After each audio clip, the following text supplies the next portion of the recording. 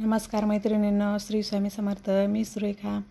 तर आज मी बनवणार आहे बघा, आपल्याला तुरीची डाळ बनवायची आहे. तर तुरीची डाळ कशी बनवायची तर मी ते सांगते बघा तुम्हाला. तर हे बघा, तुरी जे आहे ना, तर मी ह्या तुरी मी भिजू घातल्या होत्या. जवळपास 4 ते 5 तास ह्या पाण्यामध्ये, कोमट पाण्यामध्ये भिजू घातल्या होत्या मी. आणि 4 तासानंतर त्या अशा फुगल्यानंतर मी पाण्यातून काढून घेतल्या. तर मी ते काही व्हिडिओ शूट केला नाही, पाण्यातून कशा काढल्या काय. तर आता पाण्यातून काढून मी अशा उन्हाला वाळत घालते. ह्या अशा पसरून, कपड्यावरती पसरून उन्हात अशा वाळू घालायच्या. आणि त्यांना काय होतं म्हणजे व्यवस्थित तुरी पण वाळल्या जातात.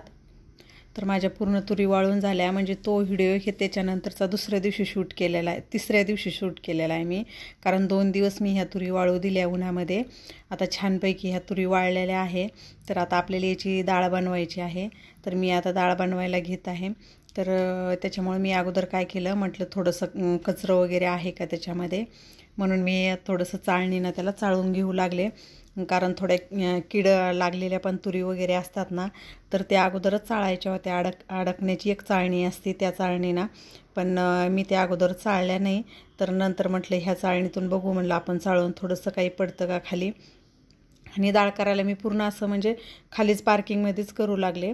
पार्किंगमध्ये ऊन पण येतं आणि वरती टेरेसवर जायला यायला पण खूप थकल्यासारखं होतं. म्हणजे खूप वरती जावं लागतं.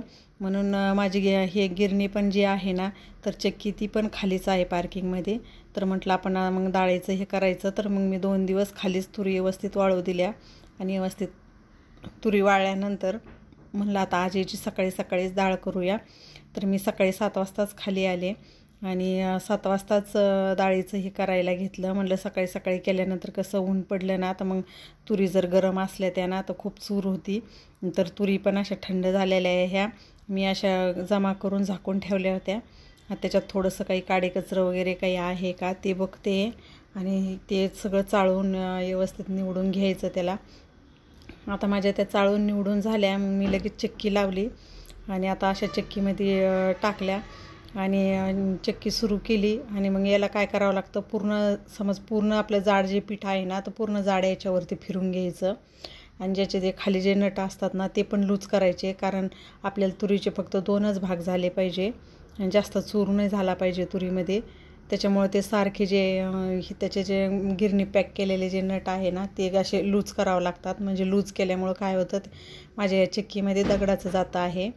तर मग दगडाचं जातं असल्यामुळं ना, याच्यामध्ये डाळ पण अशी छान होती. मुगाची पण डाळ छान होती, तुरीची पण होती, हरभऱ्याची पण होती. म्हणजे मी सगळ्या डाळी अशा घरीच बनवते. तर याच्यामध्ये डाळ खूप छान बनल्या जाते. पण याला सारखं असं हे करावं लागतं. कारण कशामुळं की ते जातं उचलल्या गेलं पाहिजे वरती.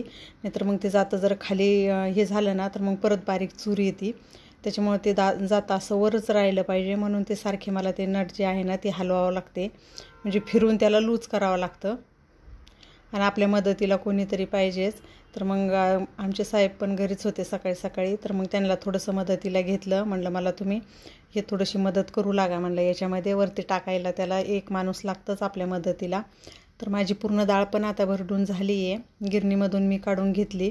आणि आता ही परत त्या डाळीला आपण चाळणीनं चाळून घ्यायचं.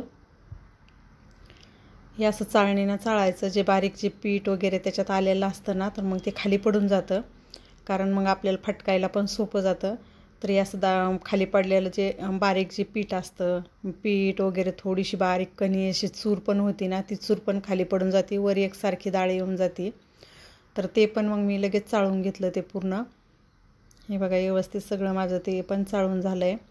आता चाळून झाल्यानंतर आता ही डाळ आपली समज हे झाली. आता फटकून घ्यायचं. याच्यामध्ये चूर पण नाही राहिली, पूर्ण डाळ एकसारखी झालेली आहे.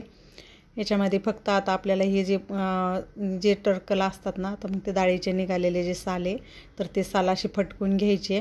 कारण तुम्ही वरती असं हवेला पण असे उपणून घेतलं ना तरी पण चालतं. पण आता गावाकडे तसं करतात. आता इथं कसं काय करणार रस्त्यावरती. म्हणून मग मी याला असंच सुपानेच असं फटकून घेते. नाहीतर फॅन जरी लावला ना, तर फॅनच्या हवेनं पण व्यवस्थित येऊन जातं ते. पण मी यांनाच हे करू लागले, सुपानाच फटकून घेते. जवळपास 25 किलो तुरी होत्या ह्या माझ्या. तर 25 किलो तुरीमध्ये 20 किलो डाळ पडती, म्हणजे 5 किलो वेस्ट जातं त्याच्यामध्ये. हे भुसा वगैरे जो निघतो ना तो. आणि मी काय केलं, हा भुसा पण वाया नाही जाणार आहे आपला. तर मी ह्या भुशाला काय केलेलं आहे, आता हा पाण्यामध्ये मी भिजू घालणार आहे. आता ह्याचंच आपण खत बनवणार आहोत. ते पहिलं मी चाळून घेतलं, ते खाली पडलेलं पीठ जे आहे ना ते पीठ आणि हा भुसा हा एकत्रित पाण्यामध्ये भिजू घालणार आहे. आणि मग तेच आपल्या झाडांना खत पण होऊन जातं त्याचं, म्हणजे हा वेस्ट फेकण्यात पण जात नाही. आणि काही जनावरं ते जर आले तर मग चारून पण देते, पण नाही जर आलं तर पण मी याचं खतच बनवणार आहे की कसं खत होतं त्याचं. तर मी 1-2 व्हिडिओमध्ये बघितलेलं आहे की असं खत बनवताना, तर मग मी त्याचं असं खत बनवणार आहे.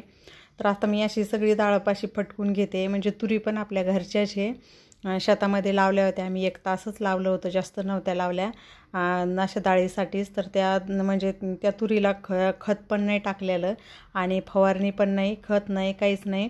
म्हणजे अशा हे बिना खताच्या आणि बिना याच्याच्या फवारणीच्याच तुरी आहे. त्या तुरी पण छान झाल्या होत्या. हे बघा एकदम व्यवस्थित अशी छानपैकी आपली डाळ झाली आहे. म्हणजे डाळ पण एकदम व्यवस्थित पिवळी चटक आणि एकसारखी डाळ झाली.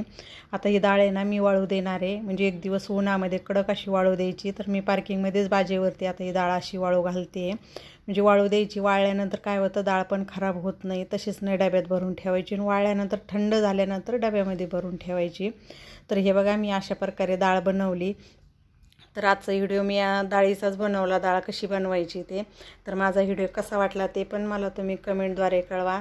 आणि जर का तुम्ही माझ्या चॅनलवरती जर तुम्ही नवीन असाल तर माझ्या चॅनलला सबस्क्राईब करा. आणि माझे व्हिडिओ कसे वाटतात ते पण तुम्ही मला कमेंटद्वारे कळवा. तर अजून एका नवीन अशा एक व्हिडिओमध्ये आपण परत भेटूया. तोपर्यंत माझ्या सर्व मैत्रिणींना श्री स्वामी समर्थ.